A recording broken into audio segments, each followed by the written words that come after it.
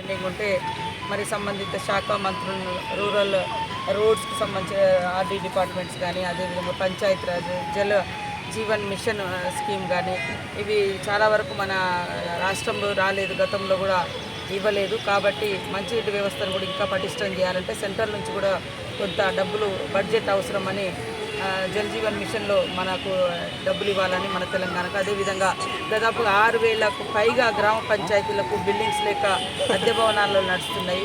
కాబట్టి వాటికి కూడా నిధులు ఇవ్వాలని కోరడం జరిగింది.